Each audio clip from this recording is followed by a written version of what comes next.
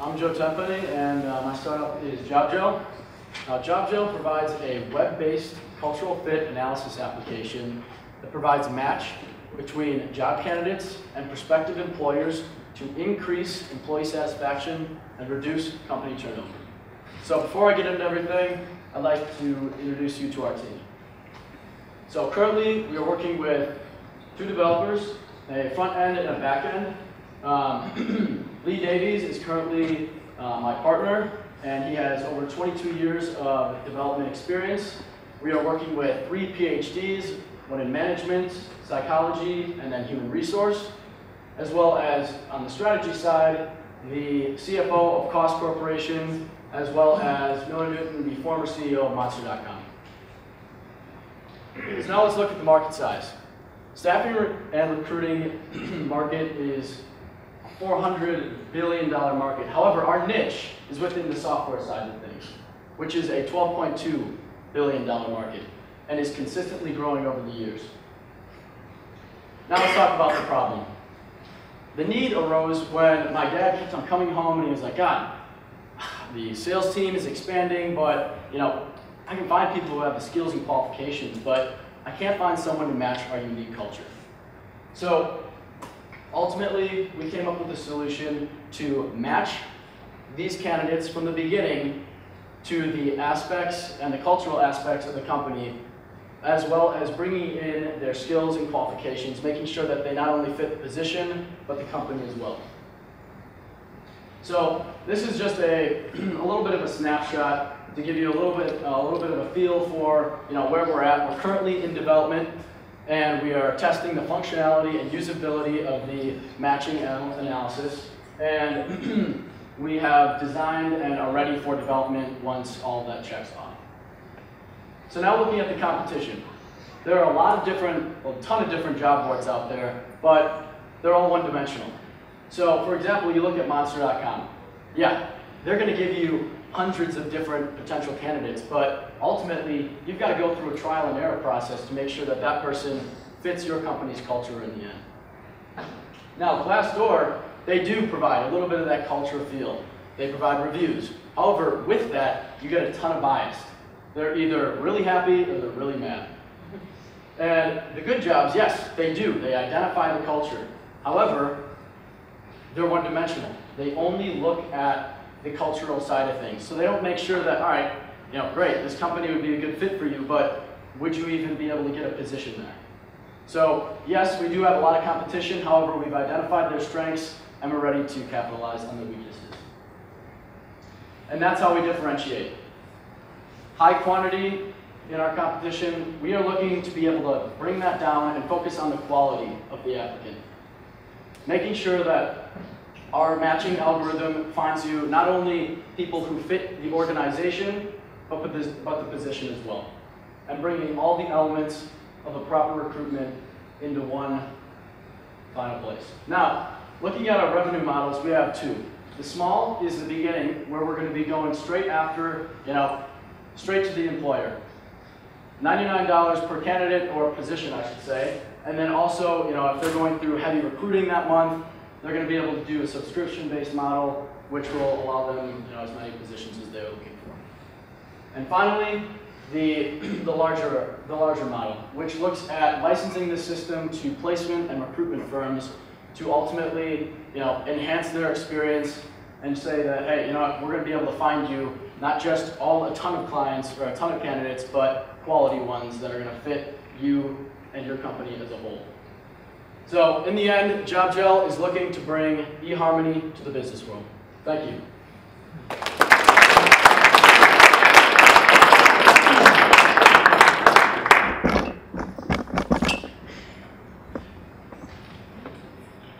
Going over your plan, I noticed you have 3 PhDs in the team, but in your cost projections, the amount you're paying for salary is quite insignificant.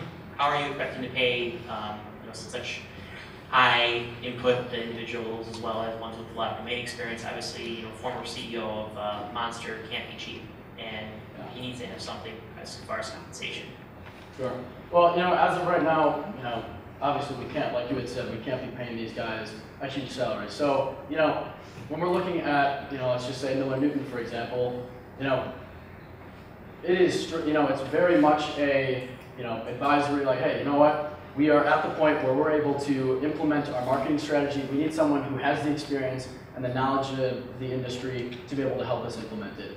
Now, is he going to be able to drop everything and help us? No, he's not going to be able to.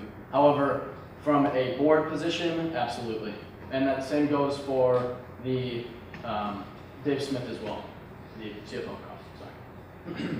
And in regards to the PhDs, you know, currently they are helping us build this analysis, and you know, I've told them, you know, yes, they have a ton of experience, but you know, after this thing starts to gain revenue, being able to compensate them for the work that they put in.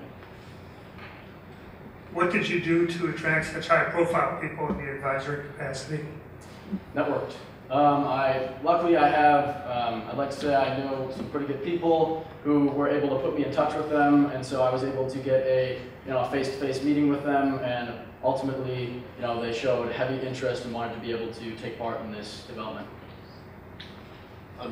Did you say you have a dev person on your team? Yes. And are they going to be a paid person or somebody who's a founder? Yes, right now he has an equity stake in the company. Okay.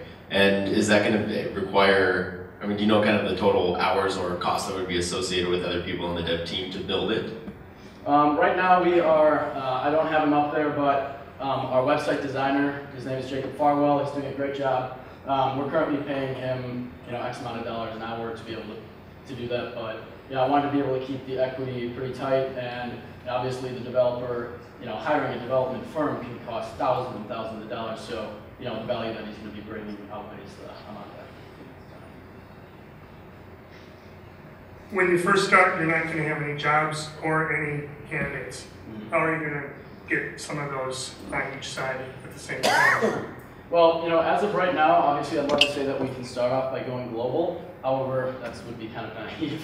So, you know, obviously, or I shouldn't say obviously, what we're looking to do is start in the Milwaukee area and heavily market that, and then obviously, you know, with that revenue we bring in, being able to, all right, take that, and then, you know, now we're going to go to Madison, focus on that area, and then it's going to be somewhat of a chain reaction. And, you know, that entire marketing strategy is not laid out to a T, for sure. However, that is definitely why we are working with, you know, Miller Newton and, you know, Dave and the rest of our team to make sure that, you know, we have people who have understood how to bring in this, you know, high amount of bandwidth needed.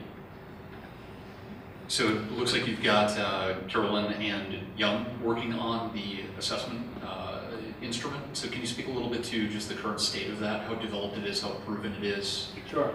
Well, right now, actually, I want to be able to have the analysis locked in within the next 2 weeks. We're currently testing it with several different companies and making sure that, all right, hey, we know that you're bringing in a ton of different, you know, candidates. Would you be able to test this and make sure that, you know, from a usability and functionality standpoint, that everything checks off and it ultimately does what it's supposed to do. How would you describe your value proposition beyond a company that simply incorporates Myers-Briggs into their vetting process? Sure. You know what? I've actually been asked that question before. And ultimately, you know, when you look at things, there's a whole lot of trial and error right now.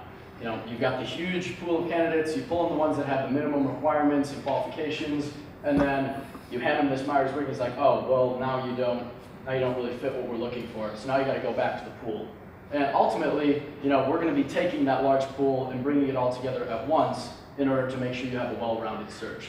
So, you know, also, in regards to the Myers-Briggs, you know, that is very much competency analysis. You know, how does your mind work? You know, the other side of this is, you know, what our analysis is going to be pinpointing. And that's going to be the organization as a whole, so work environment, making sure that your preferences match the aspects they have to offer, and also making sure that your the values that you hold and that the company holds true to them, match off, as well as the positional side.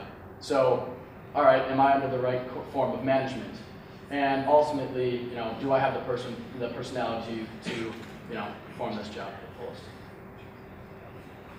Last question. I just mentioned something.